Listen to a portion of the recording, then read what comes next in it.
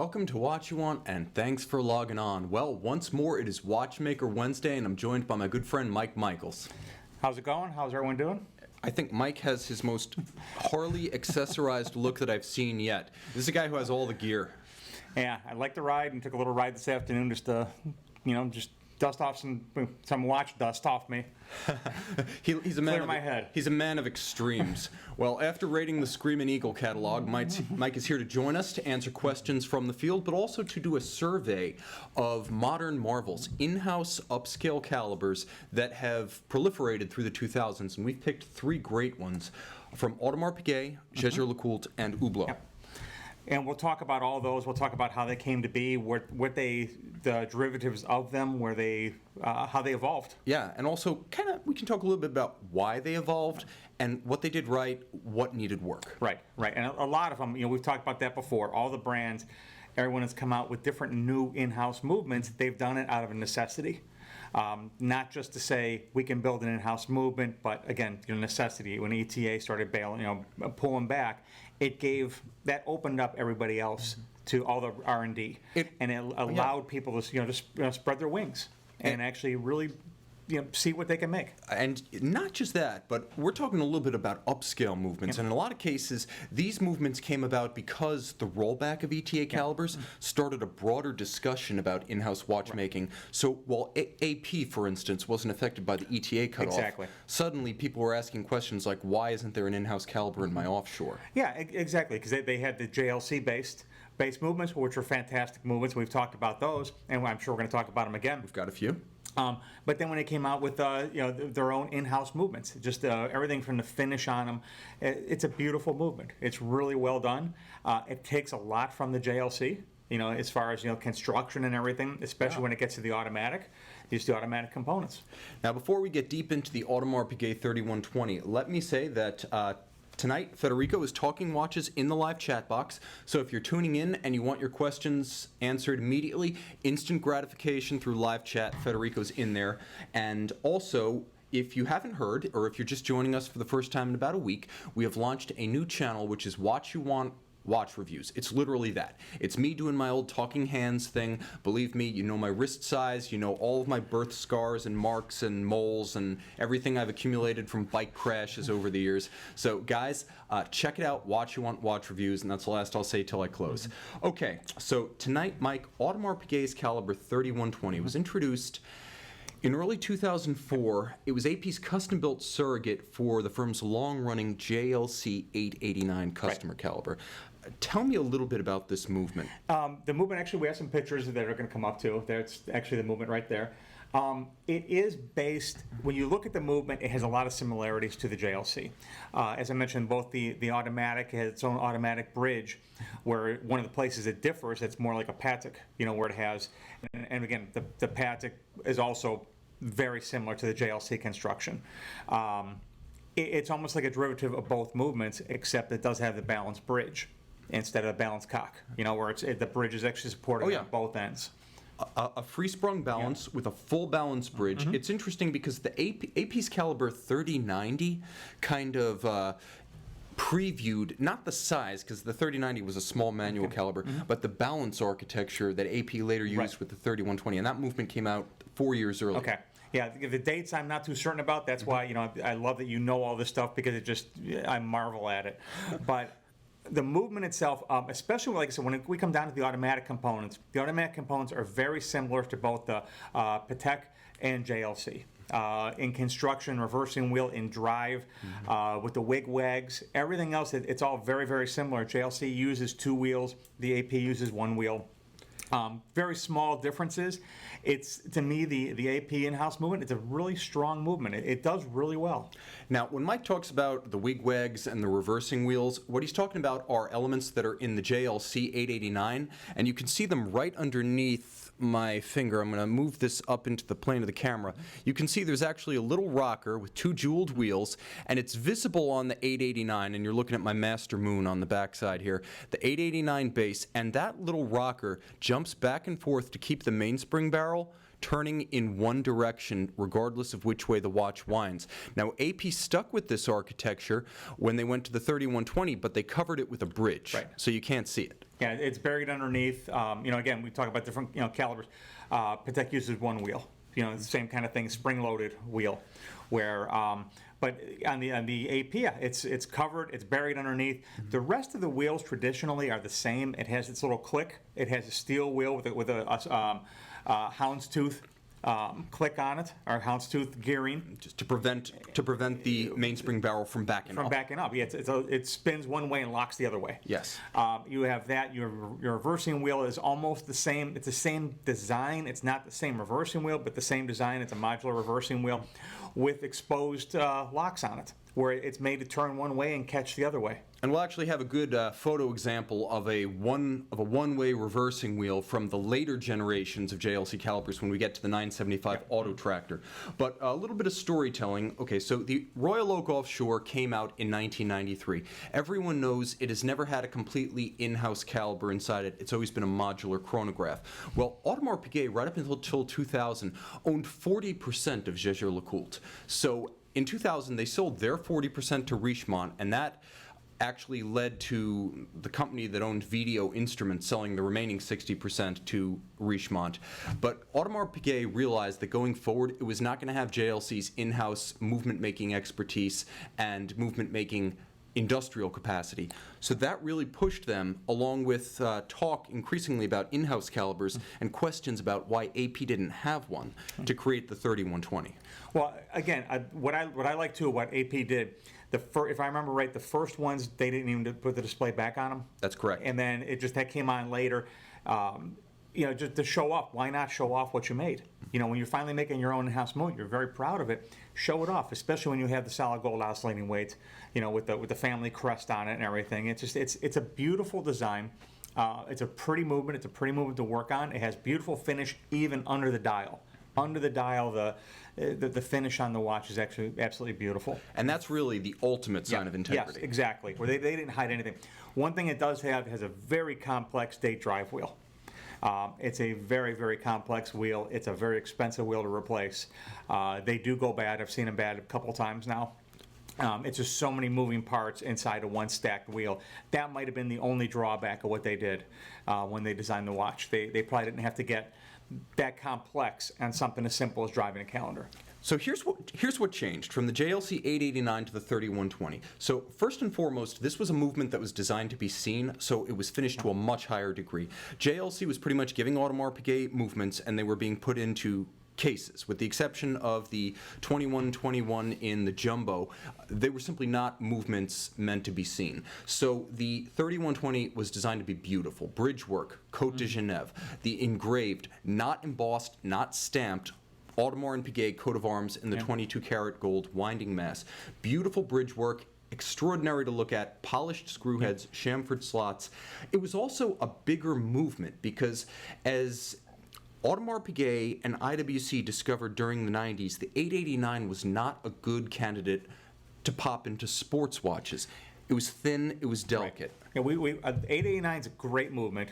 It runs great. It's serviceable. It doesn't wear out. Really tracker. None of it. It has a great track record. The movement works, but its flaw is it's thin, and it doesn't. It's not good for powering modules, even though it does power modules on the early APs.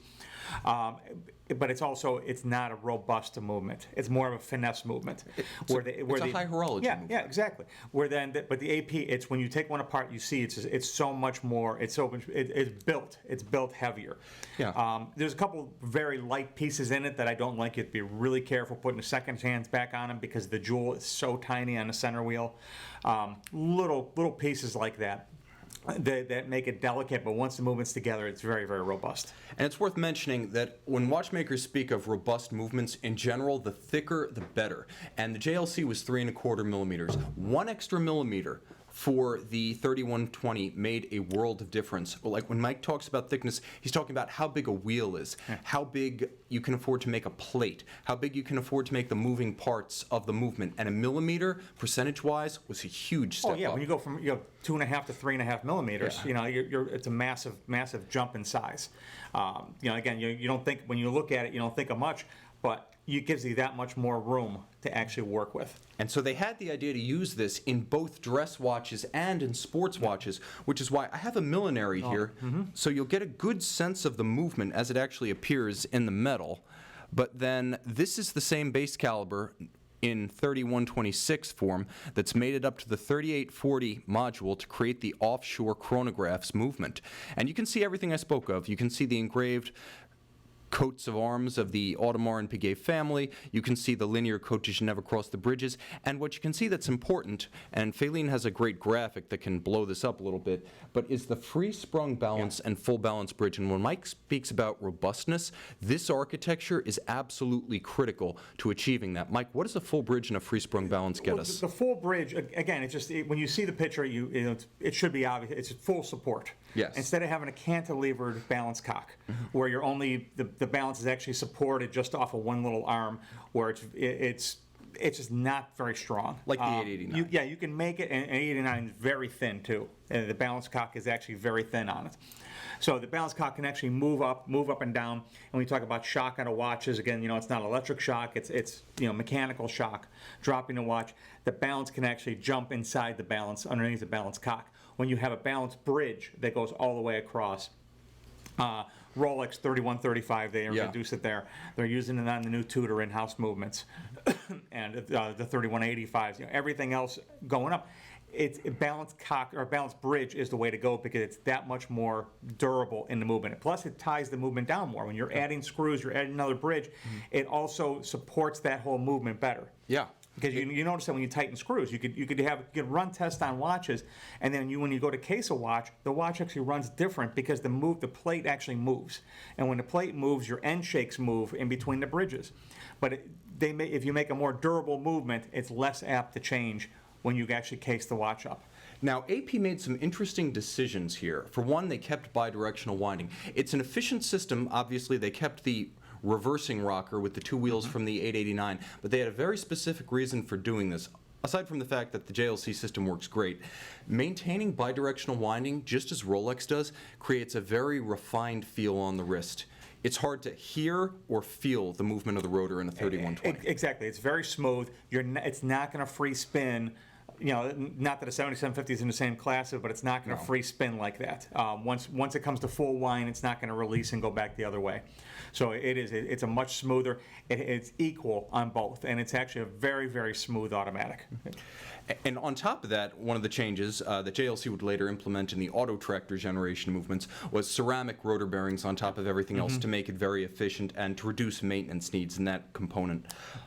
Also, they lowered the beat rate on the movement to get extra power reserve. Yes, exactly. That's why you lower the beat rate, the movement runs slower, it increases your runtime, and you get more runtime out of the watch because you're allowing less power from the mainspring to escape on every beat. Yeah. The trade-off on that is sometimes accuracy, where the higher beat you have when you get into the 28.8, you have more room there for a deviation, for a skip beat, for missed beat, something, for anything bad to happen. You have more layers to cover up. They did help themselves, though, by going with a bigger balance, because lower beat, you can cancel out the loss of accuracy by increasing the size of the balance. Yeah, it's a beautiful balance, too. And it's a Gyromax style. Yes. So when Mike talks about inheriting elements from Patek Philippe, patents long since expired on Gyromax, you can see that style of balance used on the AP. And that's what we talk about the free sprung, where the watch is actually timed by using the inertial weights on the outside of the balance. They're little like three-quarter moon weights, and it's actually used to time the watch. And you can see those weights. I'll point to the balance on my screen here, but you can see those weights on the periphery of the balance. And Feline actually has the free sprung balance bridge assembly graphic that you can throw up again. You don't move the index here. Yep. You move the little weights, you turn them in and out on the wheel themselves, everything symmetrically, one side to the other, and you increase or decrease the moment of inertia very subtly. Right, yeah, you have no, you have nothing else to adjust. The only adjustments you have as a watchmaker, when we service the watches, we have to recenter the hairspring. Yes. It does use a steel hairspring. We recenter the hairspring, put the balance jewels in, and then we have to pull the watch into beat. So when you see the two slotted screws going across the bridge. Yes. You loosen those up, and then there's 2 smaller screws where the stud is. So we're actually changing where the bead is, tighten it down, anchor everything down, and it's solid movement. And also, because hairspring distortion is a significant problem when you're attaching the finer points of a movement, Audemars Piguet, this was some of the first that we'd seen of these technologies, but we saw that at the collet, which is where the hairspring joins the center of the balance wheel, and at the stud, which is where the index actually holds the other end of the balance wheel, at the collet it was welded. So rather than trying to clamp it or pin it, they welded it. Okay. And then at the stud holder, they glued it. They glued it, and that's something ETA's been doing for years. Where it works. Again, that's something when you start talking about Geneva seal, not going to happen because it's got to be a pin stud. Yes. It has to be pinned on both ends. So mechanical attachments, no glue, no solder, anything like that. But it works. It's still it goes together. It works. It also makes having that stud and the 2 little screws around it. And actually makes for centering the hairspring even easier, because when you get it close, the last adjustment you do is you loosen those 2 small screws, and you can actually move that stud, which will actually move the hairspring. And you anchor everything down, then you pull it in the bead. And so that's how Audemars Piguet and actually JLC, they laser weld both ends of the hairspring, get away from the distortion caused by previous pinnings. And interestingly, even though Patek Philippe no longer subscribes to the Geneva hallmark, you will note on their movements that have the silicone hairspring, they have a very elaborate 21st century pinning method for the silicone stud. It is very elaborate. Like you said, when you talk about that hairspring is just a marvel. Well worth a loop if you guys get a look at a modern 324. So, okay, interesting stuff, and you could see that Audemars Piguet went very upscale, but we're going to go back in time and mass market, just briefly.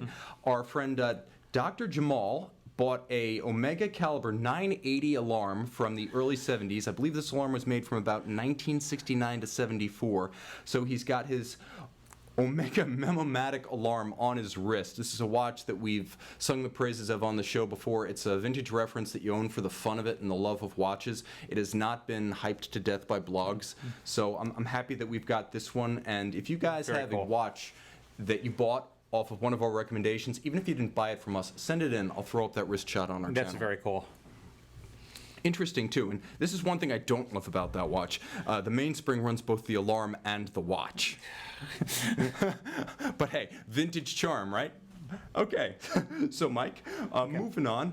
A watch that, or a movement I should say, that we've got on the table tonight, and which you just recently disassembled. Yeah. The JLC 975 Auto Tractor. Tell us a little about the 975 Auto Tractor. Actually, when it has a balanced bridge. Yes. Let's stick with that first of all. They got away from the balance cock. They went to a balanced bridge on it.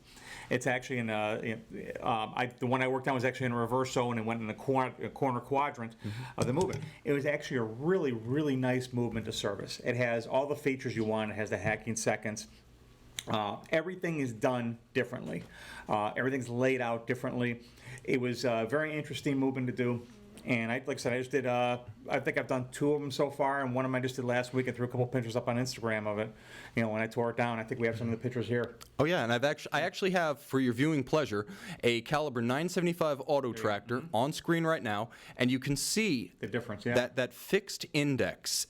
So it's a free-sprung balance, just like the AP. You can see the balance bridge anchored with a blue screw on each side of the balance wheel. That modern system, very secure, takes and holds a regulation well. It's a good sports watch architecture. You can also see that the rocker, the reversing rocker for the automatic system, is gone. Yep. And that's because on the 975 Auto Tractor, kind of like Patek Philippe, you've got a single wheel with a click spring internally, and it clutches and declutches depending on which direction the rotor winds. So you can actually see before and after the JLC 889 and the 975. Yeah, it was a nice service, and I actually liked how the automatic went together on this, because there were no tricks to it, there were no components. They got away from the ice tongs. Yes. When I mentioned the ice tongs, it's just a push and pull gear drive system. I think it was first developed by Seiko. I think they used it first. If not, they used a lot of it. So I don't know if they designed it first or not. But it was a push and pull on a wheel.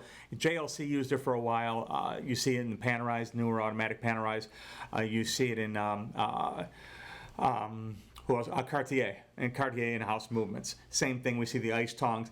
It's a thin design. What JLC did in the Auto Tractor, really strong, real good system. It's a direct system.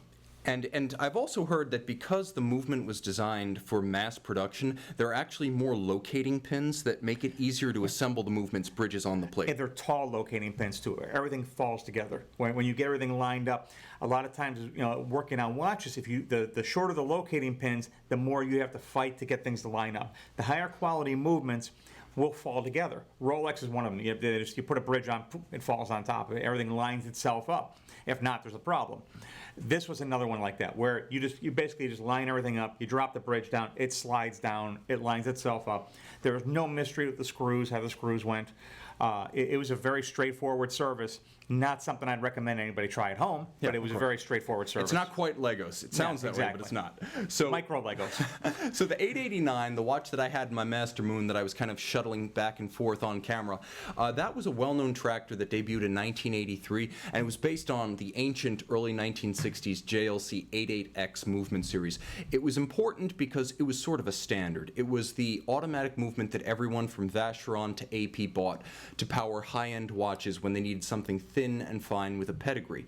But it did have drawbacks. As IWC discovered, as AP discovered during the 90s, you throw that movement into an IWC Mark 12, people treat it like a beater. There are going to be consequences. So JLC made the 975 a full bridge, free sprung. They made it a thick movement, 5.7 millimeters. Yeah, it is thick. And the bridges are thick. The whole construction of the watch is thick. It's about 60% thicker than an 889, so they really went out of their way to make a durable movement. And this is the movement that went into a generation of master compressors, master compressor divings, master compressor Navy SEALs. And you can always see when you get a display caseback version that it's a big, burly sports watch intended movement. Right, and again, with the thickness, the added thickness, they were able to make everything just beefier, more robust. When you screw it down, the screws are even bigger. When you notice that the screws don't have the small, you don't have to worry about screw heads breaking off, anything like that. It's just a very, very strong movement. I love working on it. It's a very nice and simple movement to work on because it's so predictable. So this was a great caliber. What did they do differently than Audemars Piguet? Well, they stuck with a high beat rate. So they're still 8 beats per second, so 28,800 vibrations per hour. What does that mean? Well, it means that despite having a similar size and a similar size mainspring barrel, you're going to get 48 hours of power reserve rather than 60. But on the other hand, you really do get a very tough, very accurate movement that'll take a regulation and hold it. Agreed all the way. Other technologies that they rolled out, these are technologies that we saw across the industry during the 2000s. Double laser welded hairspring at the stud and the collet, completely immovable, set from the factory. We started seeing the use of ceramic rotor bearings. It came out the same year as the AP. AP, Patek, Jaeger LeCoultre, all of these companies were part of a consortium that bought into the joint development of ceramic rotor bearings. One of the interesting things about ceramic bearings too, and going through the trainings and everything, there's no lubrication in ceramic. Yeah. We don't use any oils. We don't use anything. Nothing to cancel noise out. There's just no lubrication. The ceramic bearings they don't wear. There's nothing to wear because it's a ceramic ball. Plus, if you've ever heard that weird rattle in a contemporary watch and you're like right on the cusp of sending it back, double check to see if it has ceramic bearings. If it's a Richemont product, probably that's exactly what you're hearing. That's exactly right. And okay, so the Auto Tractor is tough. The Auto Tractor is fairly fine, as Mike says. It's well built. It goes together nicely, and it includes a lot of relatively high technology. But we actually have a caliber 975 teardown that shows some elements of the unidirectional winding system, and something else I wanted to mention because it's very distinct from the AP, which is a Maltese Cross date advance wheel. Absolutely, and it's multiple stacked wheels. Maltese Cross, which actually, as it comes around, every time it makes a full circle, it advances a wheel. So it's geared off your hour wheel. It'll make one complete circle, and actually the movement that I did actually had a day and night as well. So it would drive different components, and the Maltese, it's used in a lot of higher-end watches. You see it. You used to see it on for stop works, and stuff like that, where it just drives a piece every time around. It's designed to just move one tooth. Yeah, and so this is why when you have one of those auto tractor calibers with a date, or an auto tractorized caliber like the 750 chronographs, this is why your quick set requires you to turn the crown 4 times to cycle one date, because the Maltese cross wheel has 4 sides. Right. So this is an interesting kind of riposte to AP, because it's thicker, it's tougher, it's not quite as fine, but it's about as close, I think, as you can get to Rolex tough while staying in the world of high horology. It's funny you mention that too, because underneath the dial, everything is lighter. You know, when you get into the calendar system, you get into the calendar drive, you get into the different, everything is thinner. They put all the beef on the backside, on the bottom side of the movement, which is where the gear train is. And the interesting thing about this movement is that it kind of spread out to the entire family. We started getting 889 derivatives like the 899 that were so-called auto-tractorized. So you started seeing things like the laser-welded hairspring, the free-sprung balance, the spire-cut gears that are more efficient gear profiles, the ceramic rotor bearings, the unidirectional winding. And so if you have an Audemars Piguet from the late 2000s that still has the JLC base caliber, for instance, all of the rubber-clad offshores right to the end had the JLC base caliber, you start to see the one that's called the 2326, that has the auto tractor components in it, so it's like a hot-rodded 889. And JLC has even used this, and Mike, you've seen it, in grand complications. Yes, we've seen it everywhere. To my surprise, I couldn't believe what was in some of those watches. And that's why the caliber 978 tourbillon in the Master tourbillon is very tough. It's based on the auto tractor, an everyday tourbillon. Yeah, and it works. And that's ultimately the bar. So now I have a question that came in. This is from Stefano Lorenzo, who's watching right now, and he wants to know what we think of the Panerai 4000 micro rotor automatic. The micro rotor, I love micro rotors, regardless of who makes them. I love the idea because it allows you to have an automatic watch with a thin design. The Panerai is very, very clean. I haven't serviced one yet. We've seen the watch here. We've owned many of them, and so we've seen the watches. We've had a chance to go through them. They're very, very smooth. They appear to work really well. I would say, just to add to what Mike's mentioned, and this is entirely appropriated knowledge, but I know in the past Kari Voutilainen has spoke somewhat critically about the long-term maintenance needs of stacked mainspring barrels, just because if you want to have double mainspring barrels, what happens when you go from the P9000 Panerai automatic with 2 mainspring barrels next to each other to the 4000, in order to get the micro rotor down into the same plane as the rest of the clockwork, they have to stack the 2 mainspring barrels, so they're superimposed. And I know Voutilainen has said that creates very thin hairsprings, or mainsprings, I should say, very thin mainsprings that can become soiled and sticky ahead of their time. Well, I know Chopard does that too. Yes. You know, Chopard stacks the mainsprings like that because they on the micro rotor movements. And I never remember hearing about. You know, that wasn't anything that we were told going through Chopard training to actually watch out for that. You know, watch out for fouled mainsprings or anything like that. So I don't know. I know in the Chopard they have a light one. Okay, so again, that's more of a theoretical Achilles heel. I would double check this, but it may or may not retain the hour advance feature that you see on the 3000s and the 9000s. I don't think the 4000 has that same traveler hour feature where you can adjust the hour independent of the seconds or the minute. So I would say that's probably one drawback. Otherwise, I like it. Yeah, I do. I like that. Like I said, I'm a big fan of the micro rotors. We actually have the. I threw a shot up the other day too. The Lorient Ferrier. Yeah. You know, I threw that up the other day. That was one of the prettiest micro rotors I've ever seen. Just absolutely amazing with the double clicks and how they built the clicks into it. Looking at it through a loop was just magnificent. I think they had a lot more going on too on that escape. Oh yeah, well, the escapement was even more impressive with the dual escape wheels and the natural balance. Laurent Ferrier, Mike wants you to go after this broadcast and check out the FBN 229, the movement in that Laurent Ferrier, after the broadcast. Okay, so other questions coming through. Thoughts for a PAM 111? Basically, you've got a standard 44 millimeter classical Panerai Luminor on a wrist that's a little bit bigger than mine. Mike, does that work? It depends on what you're comfortable wearing. You know, people wear larger watches. But if you can't, again, that's a lot of meat. Yeah. That's a lot of meat to be putting on a wrist. Try before you buy. Yeah. I find that the Panerai Luminor, the traditional so-called Betterini case, you know, the old one that you first saw in 1993, not the 1950, but the original, in 44 millimeters, I can wear it all right. I would say double check whether you're comfortable with the weight, because the ergonomics should work themselves out. It's a 44 millimeter square case, and then it's some lug, but it's very spindly lug on each end. Double check, and if it doesn't work for you, go with a wire lug rhodium. You won't regret it. Absolutely. That's where I was going to go to. That's the case I prefer for that size. Now, Mike, the next caliber on we haven't really found any real drawbacks to the 3120 from AP or the 975 Auto Tractor from JLC. I do know our next movement, which is the Hublot caliber 124X series of Unicos, that had growing pains. That had growing pains. Again, like a lot of the other movements, when they first came out, they all went through growing pains. Both, they had so many different variations of it. When it first came out, they would want all the watches back so they could upgrade them. They find out what's going on. They can only test them so much, as they're designing the watch. Once it's in the field, that's a totally different test. The watches came back. At first, they all went back to Switzerland for the first couple of years because, again, they wanted to track what was going on and be able to make the improvements.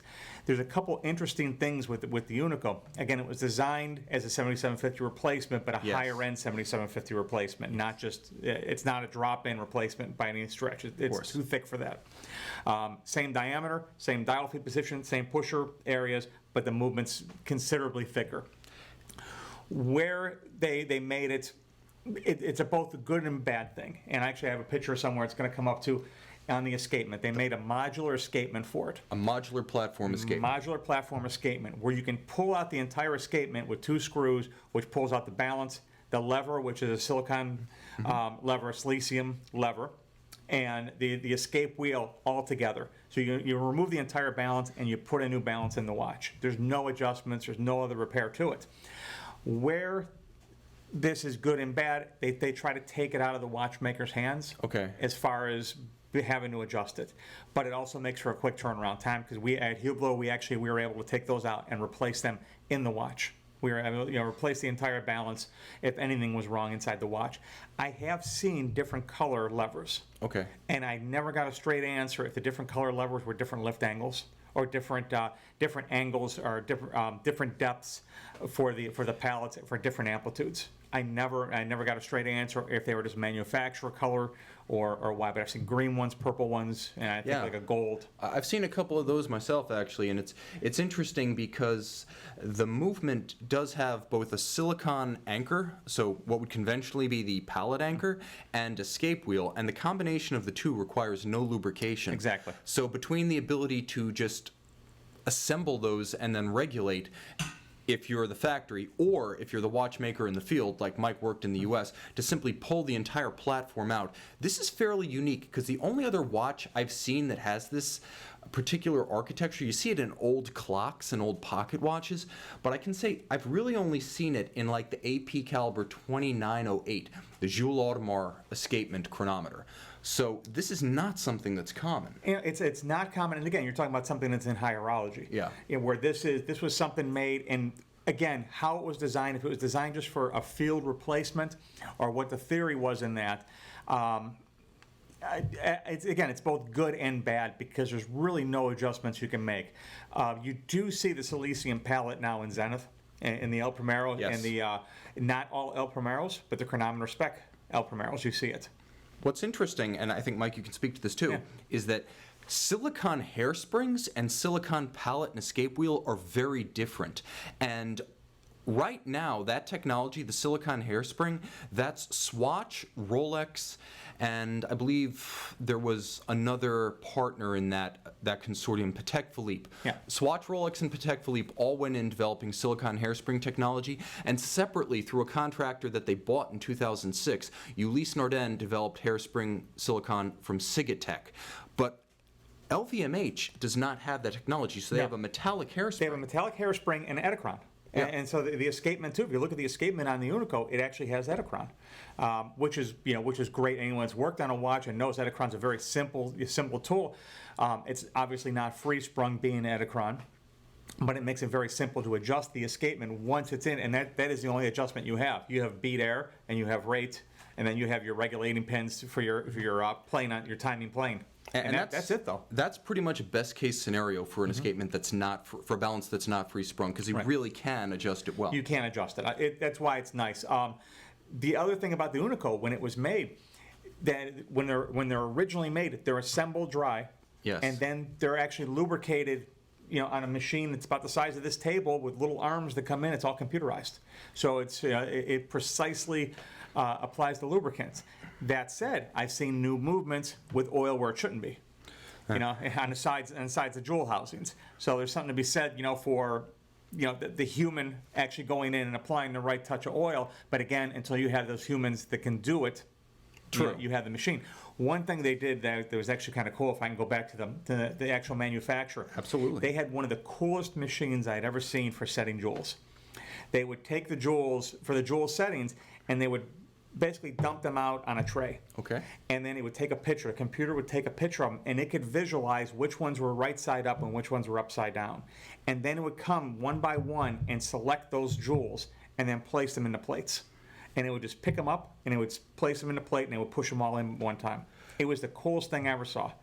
And this is why the Unico is more than just an illustration of how a brand can go up market with a new movement or replace a previous caliber like the 7750. The lesson that you can draw from the Hublot Unico is that it was both a movement and a revolutionary Yes. production process. It was the way it was produced as much as what was in the movement itself. They created technology to produce the movement, which was a very cool thing they did. And this is really the first time that I've seen that done at the highest end of high horology, because it was actually during the 1980s when Swatch and ETA, with the merger of SSIH and the ASWAG into what was originally the pre-Swatch group, like SMH or something like that, or SME, I think it was. But the bottom line is that that company revolutionized automated construction of mechanical movements at the low end. Hublot has done that at the high end with the Unico. Yeah. Now, I do want to show you some features of the Unico, and Faline actually has some graphics.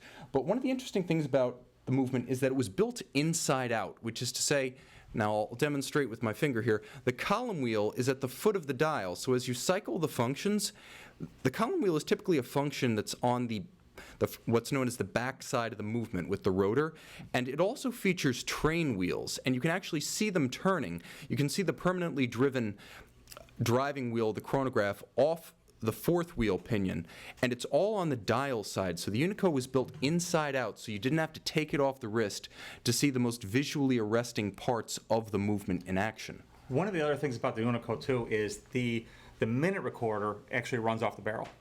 Yes. So, and that was something different they did too, so they don't have a power loss as you're coming by for your minute jump. It's a continual minute record. And so the Unico is an interesting movement because it's not a bare bones plug and play replacement for the 7750.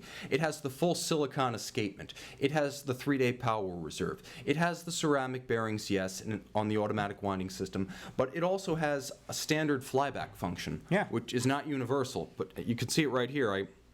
I can reset the chronograph and restart it. No hazard to the movement. It's built for that. It's thick. It's fairly tough. It's a good sports watch movement.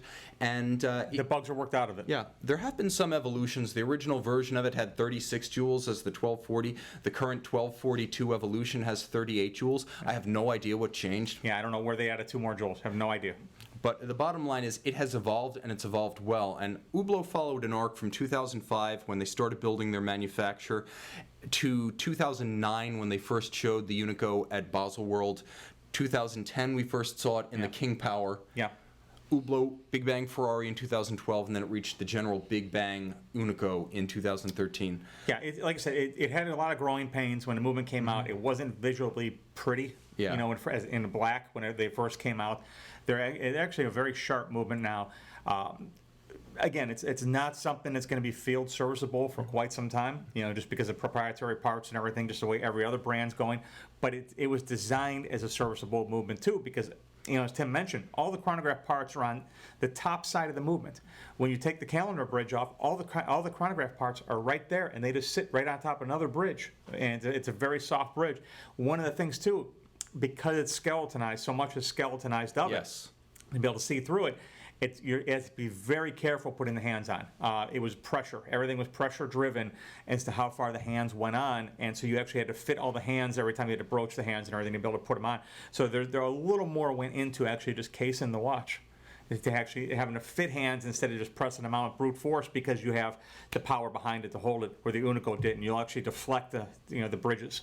Yeah, it's kind of ambitious because prior to Hublot, really no one was doing the multiple sapphire thing on an open dial, except for Richard Mille and like the RM5s and the RM10s and relatively simple watches.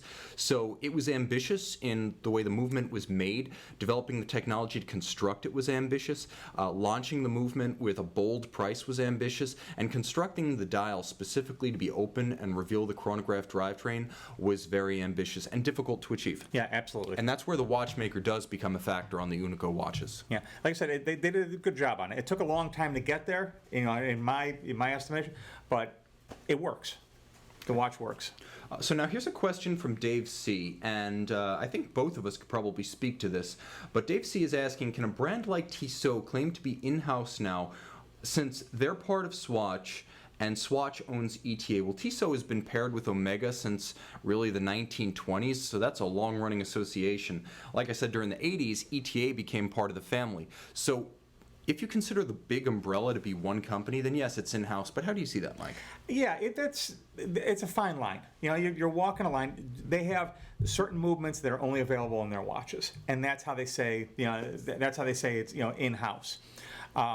They're doing a couple interesting things too with a variation of the 2824 with the power reserve. Massive power reserve out of an old watch, which is actually pretty cool. I think you're getting 80 hours out of it? Yeah, 80 hours. And you'll see that in Longines, you'll see that in Rado, you'll see that in Tissot. They did what AP did with the 3120. Yeah. If you step down the beat rate to 3 hertz, 6 beats per second rather than 8, you can get a whole lot of extra power reserve on the front end. Also, I'll mention this. Tissot has done something that, to my knowledge, no one else in mass market horology has done. Every other year since 2009, the LeCoultre Museum of Horology has held a chronometry competition, and every year the winners are up, the likes of Grubel, Forsage, Jaeger LeCoultre. If you go and check who's on the podium every year in like second or third place, it's always Tissot entry, ETA 2824. Nice. And that's what, when Mike was saying you can regulate well with Edicron, like to an artisanal level, that's what he means. One of the only zero deltas I've seen came out of a 2824. That's a multi-position test on a multi-axis chronoscope. It was a 6-position test. A 6-position test. A hairspring on a watch like that is not perfectly centered with its center of gravity. It'll have one side on which it's heavier. So naturally, it'll have a position or two in which it beats faster or slower. With Edicron and a Tissot, an ETA 2824, Mike has seen a 0 delta. That's what you would expect from a multi-axis tourbillon with an overcoil hairspring. So yes, it's done in the house, but we're talking about a mansion. So while I wouldn't call it in-house, I would certainly call it within the family. That's a good way to put it. I like that. Or maybe it's a castle. Yeah. So it's a country. I've heard ETA by itself is 10% of the value of the Swiss watch industry by actual value sold. 10% is ETA. There's a fortress over in Grenchen. So okay. So question coming from Fabi Schwartz. He's saying, Tim and Mike, could you please explain what's in Breitling's Bright Light composite material and how it compares to something like steel ceramic in terms of toughness and longevity? This is not a true carbon. This is like a resin composite. And I mean, Mike, it's super light. Yeah. It's unbelievably light. The first time when you see the watch, it's a big watch, and the Hurricane, it's a big watch. It looks like it's going to be a big watch, and you pick it up, and it almost feels like it's plastic. How it's going to hold up. I've seen solid carbon cases. We talk about ceramic cases breaking. I've seen carbon cases get chunks taken out of them. Yeah. How this is going to hold up, I have no idea. It's still too new to tell. I'll say this. There's a huge cost delta between building this and making a ceramic case or a carbon case, and here's why. That is the Colt Sky Racer's case material, and the Colt Sky Racer, which retails for $2,000 US, it's a quartz watch. It's probably the most accessible point of entry to Breitling ownership. So the point of Bright Light was not lightness. If you want just lightness, you go with carbon fiber. It was lightness and I'm going to charitably say affordability. They were looking for something that they could make with a process along the lines of plastic. It is not carbon composite. And that's what it feels like. Honestly, when you pick it up, it feels like it's plastic. some people are going to like it because of the lightness, and Yes. it is unbelievably light. And I would say this, I mean, I would definitely say it's going to be more durable than ceramic. Really, ceramic is wonderful for scratch resistance, but for impact resistance, drop. give me the plastic every day. Yeah, it will. It's going to take a hell of a lot better beating. So I'll say this, it's interesting, and in terms of longevity, I think it's going to be more impact resistant than ceramic and carbon, and I mean, hey, it's plastic, right? Watch. That's what I'm going to say there. Okay. So a lot of questions coming in along the lines of, whether it's even worth debating whether Swatch ETA in-house versus external, customer caliber versus proprietary. It doesn't really matter. It's just quality of the caliber you're getting. If you're getting an Omega 8500, or I guess now 8900 is going to be your standard for the master coaxial, there's nothing to argue with there. No. Again, we've talked about that and just how the R&D, they get the bugs worked out. They came out with a movement it's bulletproof now.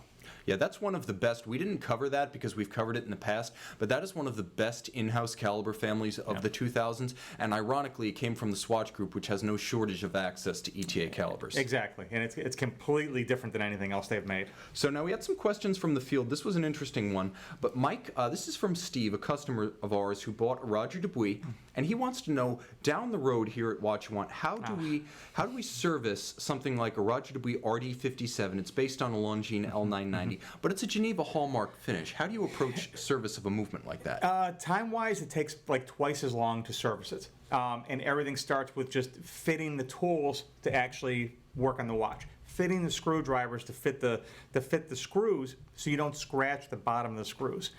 Everything down to that. If it just drives me crazy to see scratch screws on any watch, let alone a Geneva Seal watch, then that just shows that whoever worked on the watch just didn't even care what they were doing, or they didn't realize what they were. The finish on the screws, even the bottom sides that you don't see, are polished. The screw, the tip of the screw that goes into the plate is highly polished. Of the pilot, it's underneath the threaded stalk. Yeah. The bottom tip of the stalk of the screw is mirror polished. Just the tip is polished. You have that. Sorry, Federico. Keep it PG-13 here, guys, tonight. Rally. So you have that. The bridges themselves, the springs, everything is finished. The edges are finished. Mm-hmm. So you have to when you take the watch apart to actually clean it, you have to separate it different in cleaning baskets. Okay. Some parts you actually wrap up in watch paper. It's going to clean through the cleaners, but it's not going to scratch. And you'll actually layer stuff. The screws, we don't worry so much about them bouncing together. Yeah. But everything else goes in a separate basket. The wheels, everything's treated differently. So it takes so much more time to disassemble, to reassemble, to adjust, to recase anything with a Geneva Seal. I love doing it. I absolutely love working on high finish watches. I love working on Roger Dubuis just because of that. Anything with Geneva Seal, Fleurier, and anything. It's just it's a different level. To me, it's a complication in its own. And I remember when you said you took the tests both in Geneva and Fleurier to work on this caliber of finish, there were like maximum numbers of scratched screws in the tests? We were allowed one scratch screw, and that was it. And the screws, some of the screws are so fine, it's one little slip. If you tighten one too much, anything can scratch it. I had one scratch screw. And it was hidden too, so they said, oh, that's okay, we won't even count that. Just remember, he was the only American since the inception of the standard in First, 2001. I haven't heard the second yet, but in over 10 years, he was the first American to pass that test. The Fleurier. So Philip P. asks a far less involved question, and I'm sure it's on more minds. But can you tell me if having an anti-reflective coating on the outside of a crystal becomes a problem over time? Could. And can it be safely removed after problems emerge? Yes. You can look at it as an extra coating on your crystal. As long as you can't feel the scratch, then the scratch is in the anti-reflective. And that's how we test it. You can take a toothpick, you can take anything. If you could feel that scratch, you get a scratch crystal. Yeah. If the scratch is in the anti-glare, the toothpick's going to go right over the top of it. You have to remember your anti-glare is both on the top of the crystal and the bottom of the crystal, and the bottom is well protected because it's inside the movement. Right? It's underneath, above the dial. So the top, you can look at it, again, as an anti-reflective, is an extra coating. If you remove that, you're probably not going to notice much of a difference in anti-reflective qualities because you still have the anti-reflective on the bottom. Breitling uses a very, very thick anti-reflective, so you'll see a lot more scratches in a Breitling. We will remove it, from time to time. If we're not going to replace the crystal, if there are any scratches, we'll replace the crystals. Omega, same thing. We'll remove the anti-glare. They remove it at the factory. Yeah, honestly, when I say my JLC Dual Met, it's like a $50,000 watch back to the factory, I'm like, please take off the AR on the outside of this crystal. I am not looking at it in a flight deck environment. Yeah. And that's why Breitling puts the big, thick outer coating on it, because a lot of their watches, granted, a lot of it's posturing, but on something like the aerospace, they really do expect that someone will use that in a cockpit, and it's coated accordingly. Exactly. And also, but on that watch too, the crystal's also set lower than the bezel. It's not set prone, to the bezel itself, to where it's going to allow itself to scratch. Yeah. So, guys, thank you so much for joining us. It was an absolute blast sharing those 3 in-house calibers with you and also taking your questions from the field. There are enough movements in the world that this is probably going to turn into a series, but if you'd like to see a few more calibers and you don't want to wait, check out my new channel, Watch You Want Watch Reviews, and subscribe so you can get no less, or I should say no fewer, than 3 new activations daily from me of cool watches. And I promise no more than 1 notification so I won't spam bomb your inbox. Mike, thank you so much for joining tonight. Thanks, Tim. It was a lot of fun. Send in questions too for 2 weeks from now. And it's always fun to answer those. Also, Mike Michaels on Instagram. Trust me, it's worth it. Michael R. Michaels. Guys, I'm Tim. He's Mike. He's Federico. She's Faylene. This is Watch You Want, and thanks for logging on.